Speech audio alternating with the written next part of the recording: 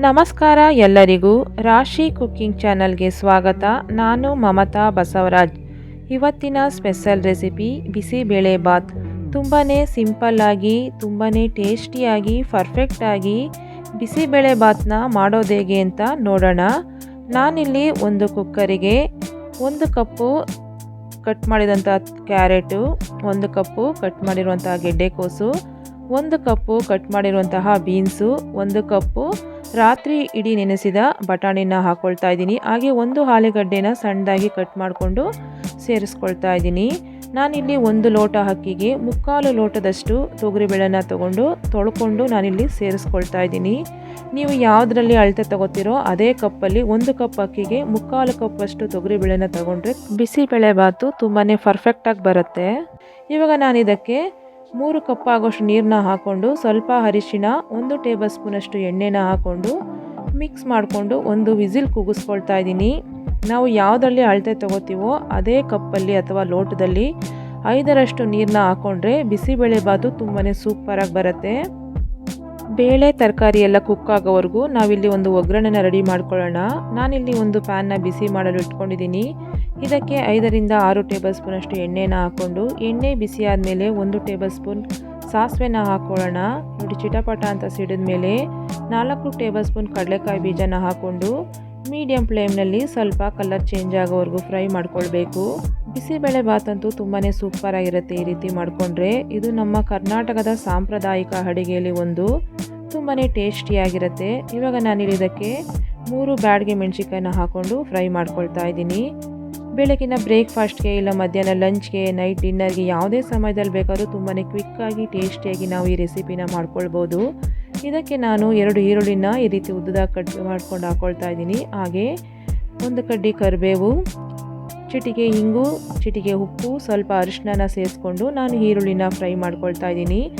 ಮಕ್ಕಳು ಲಂಚ್ ಬಾಕ್ಸ್ಗೆ ಇಲ್ಲ ನೈಟ್ ಡಿನ್ನರ್ಗೆ ಲೈಟಾಗಿ ನಮಗೆ ಬೇಕು ಅನ್ನೋದಾದರೆ ಈ ರೀತಿ ಬಿಸಿಬೇಳೆ ಬಾತನ್ನ ಮಾಡ್ಕೊಳ್ಬೋದು.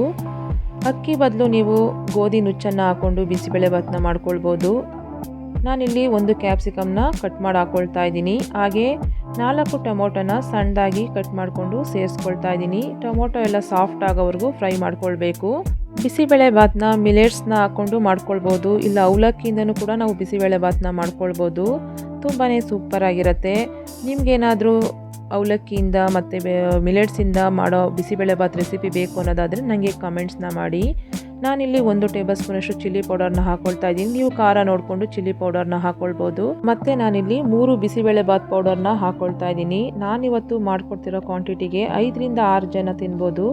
ಸ್ವಲ್ಪ ಹುಣಸೆ ಹಣ್ಣಿನ ರಸ, ಸ್ವಲ್ಪನ ಬೆಲ್ಲನ ನಾನಿಲ್ಲಿ ಹಾಕ್ಕೊಳ್ತಾ ಇದ್ದೀನಿ. ನಾವು ಬಿಸಿಬೇಳೆ ಬಾತ್ಗೆ ಹುಣಸೆಹಣ್ಣಿನ ರಸ ಮತ್ತು ಬೆಲ್ಲನ ಹಾಕೋದ್ರಿಂದ ಟೇಸ್ಟ್ ಅಂತೂ ತುಂಬಾ ಸೂಪರಾಗಿರುತ್ತೆ. ಮತ್ತು 1 ಕಪ್ ಆಗೋಷ್ಟು ನೀರನ್ನ ಸೇರಿಸ್ಕೊಂಡು ಈ ರೀತಿ ಮಿಕ್ಸ್ ಮಾಡಿಕೊಂಡು 1-2 ನಿಮಿಷ ಇದನ್ನು ಕುದಿಸ್ಕೊಂಡ್ರೆ ಸಾಕು.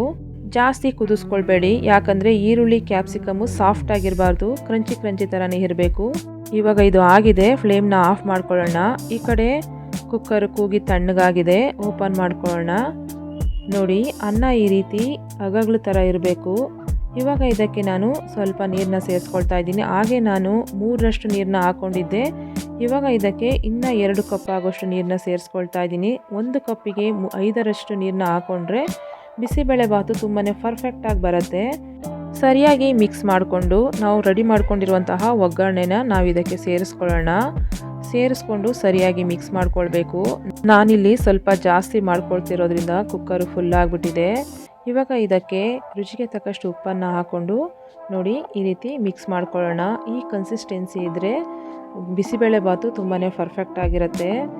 ಬ್ಯಾಚುಲರ್ಸು, ಬಿಗಿನರ್ಸು ತುಂಬಾ ಈಸಿಯಾಗಿ ಈ ರೆಸಿಪಿನ ಮಾಡ್ಕೊಳ್ಬೋದು. ಟೇಸ್ಟ್ ಅಂತೂ ತುಂಬಾ ಸೂಪರಾಗಿರುತ್ತೆ. ನಾನು ಹೇಳಿರೋ ಅಳತೆಯಲ್ಲಿ ಮಾಡ್ಕೊಂಡ್ರಂತೂ ತುಂಬಾ ಪರ್ಫೆಕ್ಟಾಗಿ ಬರುತ್ತೆ ಬಿಸಿಬೇಳೆ ಬಾತು.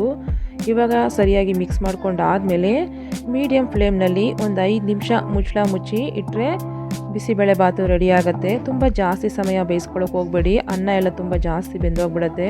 ನೋಡಿ, 5 ನಿಮಿಷ ಆಗಿದೆ. ನೋಡೋಕ್ಕೇನೆ ಎಷ್ಟು ಸೂಪರಾಗಿ ಕಾಣಿಸ್ತಾ ಇದೆ ಬಿಸಿಬೇಳೆ ಬಾತು. ಕೊನೆಯಲ್ಲಿ ಕಟ್ ಮಾಡಿರುವಂತಹ ಕೊತ್ತಂಬರಿ ಸೊಪ್ಪನ್ನು ಹಾಕ್ಕೊಂಡು ಮಿಕ್ಸ್ ಮಾಡ್ಕೊಳ್ತಾ ಇದ್ದೀನಿ. ನೋಡ್ತಾ ಇದ್ದೀರಲ್ಲ, ತುಂಬಾ ಸೂಪರಾಗಿ ಬಂದಿದೆ ಬಿಸಿಬೇಳೆ ಬಾತು. ಹಾಗೆ 1 ಟೇಬಲ್ ಸ್ಪೂನ್ ತುಪ್ಪನ ಕೂಡ ನಾನಿಲ್ಲಿ ಹಾಕ್ಕೊಳ್ತಾ ಇದ್ದೀನಿ. ತುಪ್ಪ ಹಾಕ್ಕೊಂಡ್ರಂತೂ ಬಿಸಿಬೇಳೆ ಬಾತ್ ಟೇಸ್ಟ್ ಅಂತೂ ತುಂಬಾ ಅದ್ಭುತವಾಗಿರುತ್ತೆ. ನಾವು ಬಿಸಿಬೇಳೆ ಬಾತ್ ತಿಂತಾಯಿದ್ರೆ ಅನ್ನ ಈ ರೀತಿ ಅಗಗ್ಲು ಥರ ಸಿಗಬೇಕು, ಆವಾಗಲೇ ಟೇಸ್ಟ್ ತುಂಬಾ ಸೂಪರಾಗಿರುತ್ತೆ. ಜಾಸ್ತಿ ಬೆಂದೋದ್ರೆ ಬಿಸಿಬೇಳೆ ಬಾತು ತಿನ್ನೋದಕ್ಕೆ ಅಷ್ಟೊಂದು ಚೆನ್ನಾಗಿರೋದಿಲ್ಲ. ಬಿಸಿಬೇಳೆ ಬಾತು ಬಿಸಿ ಇರುವಾಗಲೇ ಸರ್ವ್ ಮಾಡಿಕೊಂಡು ಖಾರ ಬೂಂದಿ ಜೊತೆ ಅಥವಾ ಚಟ್ನಿ ಜೊತೆ ಇಲ್ಲ ಚಿಪ್ಸ್ ಜೊತೆ ಸರ್ವ್ ಮಾಡ್ಕೊಂಡು ತಿಂತಾಯಿದ್ರಂತೂ ತುಂಬಾ ಸೂಪರಾಗಿರುತ್ತೆ. ನೋಡಿ, ನಾನಿವತ್ತು ಖಾರ ಬೂಂದಿ ಜೊತೆ ಸರ್ವ್ ಮಾಡ್ಕೊಂಡಿದ್ದೀನಿ.